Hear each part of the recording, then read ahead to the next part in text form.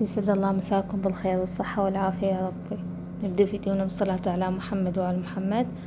واليوم حسوي وياكم طريقة الدجاجة، طبعا بسيطة.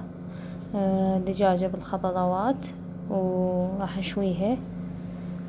وهنا أنا بلشت أقصقص بالخضروات اللي هي راح أخلي بوتيتها، يعني قطعتها الشكل. طبعا الدجاجة سلقتها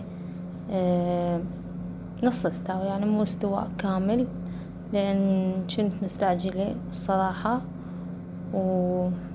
وسلقتها نص استوى، لأن تعرفون إذا خليتها يعني هالشكل راح تاخذ وقت بالفرن. وأنا يعني ربع ساعة، يعني نص ساعة هالشكل، لازم الغدا كامل. هنا مثل ما تشوفون قصقصت هالشكل البصل راح أخليه. وهسه تشوفون شنو راح أخلي للصلصة مال الدجاج. وعلى راحتكم، حدا حابين تخلون مثلا تطبخون تمن أو ويا خبز، على راحتكم. بس هاي الدجاجة يعني تنفع لكل شي، وسريعة بنفس أسرع من هيك أسرع من هيك شغل ماكو. وهنا ذاب الدجاجة طبعا على النار، وخليت طماطة لين حشويها. وتعرفون الطماطة الشوي تنطي طعم كلش طيب للخضروات.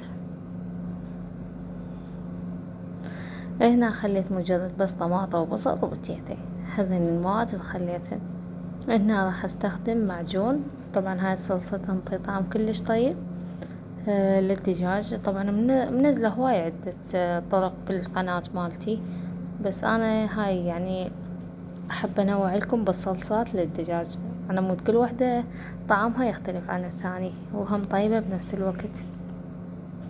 هنا أنا شوفوا راح أخلي بهارات الدجاج، وراح أخلي شوية كركم، وخليت معجون معلقتين. طبعا هاي الصلصة راح أخليها للخضروات، وراح أخليها فوق الدجاج. هنا ضفيت شوية كاتشب. طبعا ما ننسى الزيت، وهي دجاجة ذبح ينزل زيت من عنده، بس احنا لأن سلقنا نص استوى فراح الزيت بالسوق. هنا أنا طبعا شويت الخضروات بالبداية شوية، وتعرفون بساعة تستوي هي بالصلصة. هنا انه ضفت هم ملح ويا الصلصة، وهنا بديت اصبنها على الخضروات هالشكل.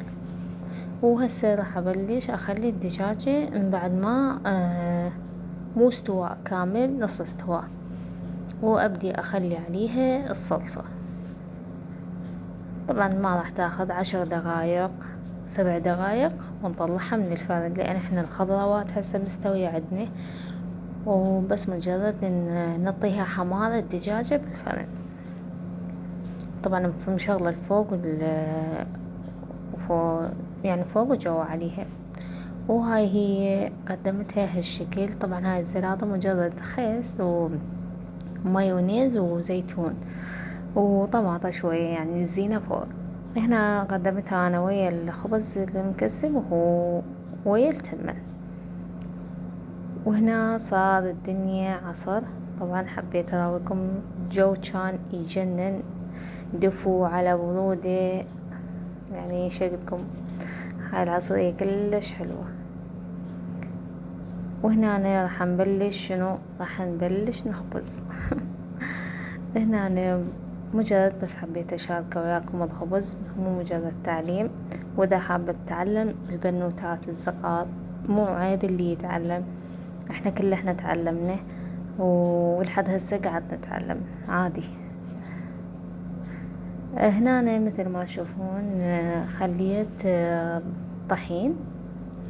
وطبعا هالمرة الطحين كلش حلو، وضفت خميرة. وطبعا كل من وطريقته، أنا هاي طريقتي، وينطلع العجين كلش زين، يصير حلو. هنا أنا أبدي أخلي شوية. طبعا هاي طريقتي، أنا دائما أعجن وأخلي على صفحة بالصينية، يعني ما أعفنه على مود يسهل علي بالعجن مالته. على طار الخبز تشترون لو تخبزون. احنا الصراحة إذا وقت اللي أشوف نفسي تعبانة نشتري، إذا وقت اللي لا والله بيعين، لأن أنا بي طريقة يعني أحب أخبز بالبيت. أقول دامنا الله مطيني الصحة والعافية، أخبز لأبو بيتي والأطفال ياكلون من إيدي أحسن. والحمد لله والشكر على النعمة ربي. هنا أنا دائما أخبز وجبة، ما أخبز يوميا، لا أخبز وجبة وأضلها بالفريز يعني هالشكل. وإذا تعبانة لا والله نجيب خبز من برا. هنا مثل ما تشوفون هالشكل. طبعا أنا أحب أعجن وأحب أخبز. أكو بناتي يعني ضوجا من العجن. هنا مثل ما تشوفون هالشكل عجنته وبديت أعجن العجين هالشكل. هنا خليته يرتاح، أخليه يرتاح فدة 4 دقايق 3 دقايق والنوبة أبدي أعجنه من جديد. طبعا هنا أنا ضفيت الملح بعدني ما خليته يرتاح، ضفت الملح وبديت أعجنه هالشكل. الملح دائما بنات خلوه بالأخير أحسن على مود العجين عندكم لا يصير لين. هنا مثل ما تشوفون هالشكل بس أبدي أعجنه عجنة خفيفة لأن وراه عجنة بعد. أخليه يرتاح 3 دقايق 4 دقايق وأقضي شغلة شغلتين ونوبة أرجع أعجنه من جديد. ليش هالطريقة؟ على مود يصير عندكم العجين يتجنن. هنا ارتاح عندي ورجعت عجنته وخليته يختمر بمكان دافي لأن تعرفون الجو برد والشتاء ما شاء الله يعني الجو اجانا برودة فجأة برد الجو كلش. هنا أنا خليته مكان دافي واختمر عندي. بديت أرويه أشنق العجين وراح أخبز وراح. طبعا أنا ما أخبز بتنور غاز، أخبز بالتنور الكهربائي. وخبزتها كلش حلوة يعني صحيح بطيء شوي يعني يشلع القلب شوي لأن بطيء، بس لا خبزته حلوة لا تيبس ولا شي. هنا مثل ما تشوفون بلشت أخبز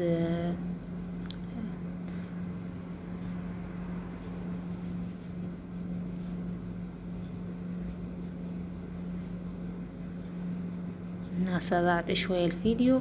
طبعا أنا مو بهالسرعة بس سرعت شوي الفيديو على مود لا يطول عندكم. طبعا كنت أتمنى شوية يعني الجو مثل ما تقولون إن شاء الله شارك العجين وياكم الجو شوية مثل ما تقول مو دنيا الليل بس صار عليه دنيا الليل فشوية ظلام صار. هنا مثل ما تشوفون هاي الخبز شوفوا هالشكل الخبزة وتطلع عندكم ترفة وبنفس الوقت تتجنن يعني لا تيبس ولا شي. سهمكم ألف عافية بس حبيت أشاركه وياكم وماكو أطيب وأحلى من خبز البيت وحتى بيه كل الخير والبركة.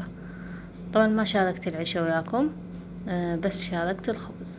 هنا شاركت وياكم الحبشكلات اللي ورا العشاء.